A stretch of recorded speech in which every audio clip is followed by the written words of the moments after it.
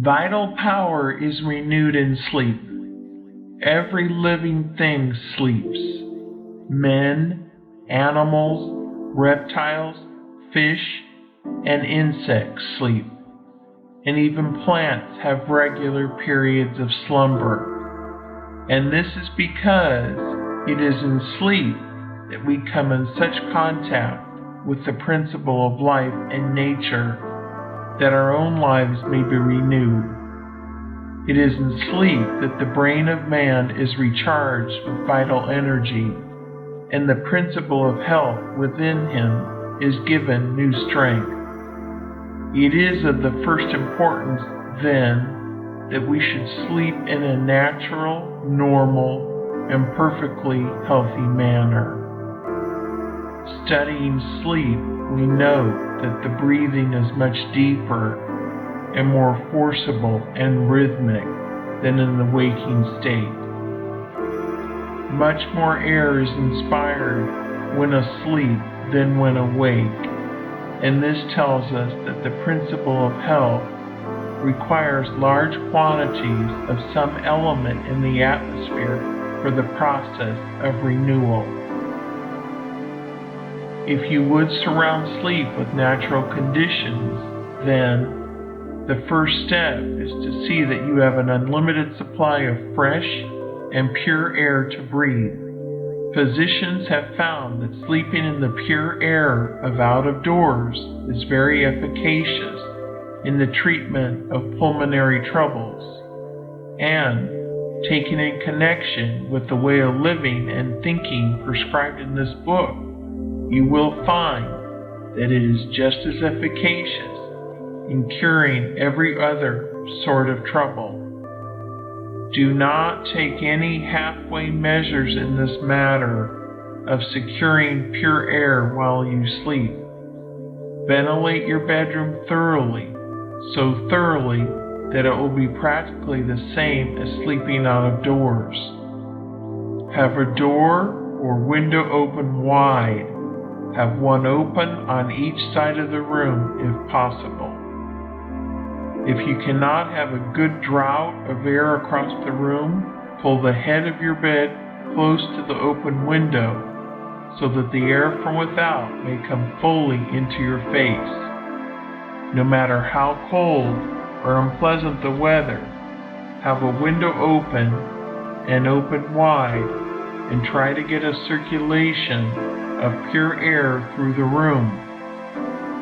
Pile on the bedclothes if necessary to keep you warm, but have an unlimited supply of fresh air from out of doors. This is the first great requisite for healthy sleep. The brain and nerve centers cannot be thoroughly vitalized if you sleep in dead or stagnant air.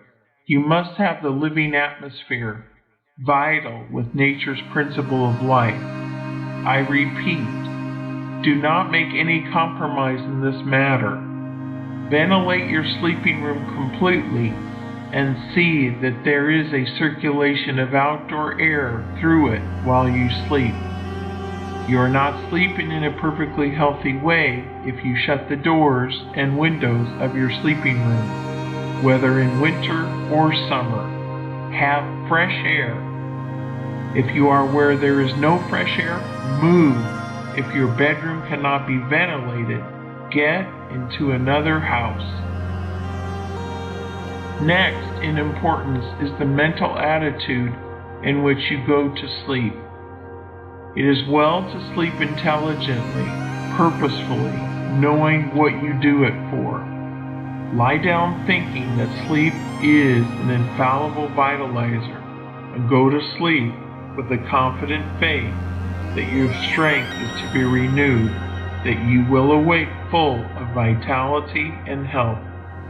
Put purpose into your sleep as you do into your eating. Give the matter your attention for a few minutes as you go to rest. Do not seek your couch with a discouraged or depressed feeling. Go there joyously to be made whole. Do not forget the exercise of gratitude in going to sleep. Before you close your eyes, give thanks to God for having shown you the way to perfect health, and go to sleep with this grateful thought uppermost in your mind. A bedtime prayer of thanksgiving is a mighty good thing. It puts the principle of health within you into communication with its source, from which it is to receive new power while you are in the silence of unconsciousness. You may see that the requirements for perfectly healthy sleep are not difficult.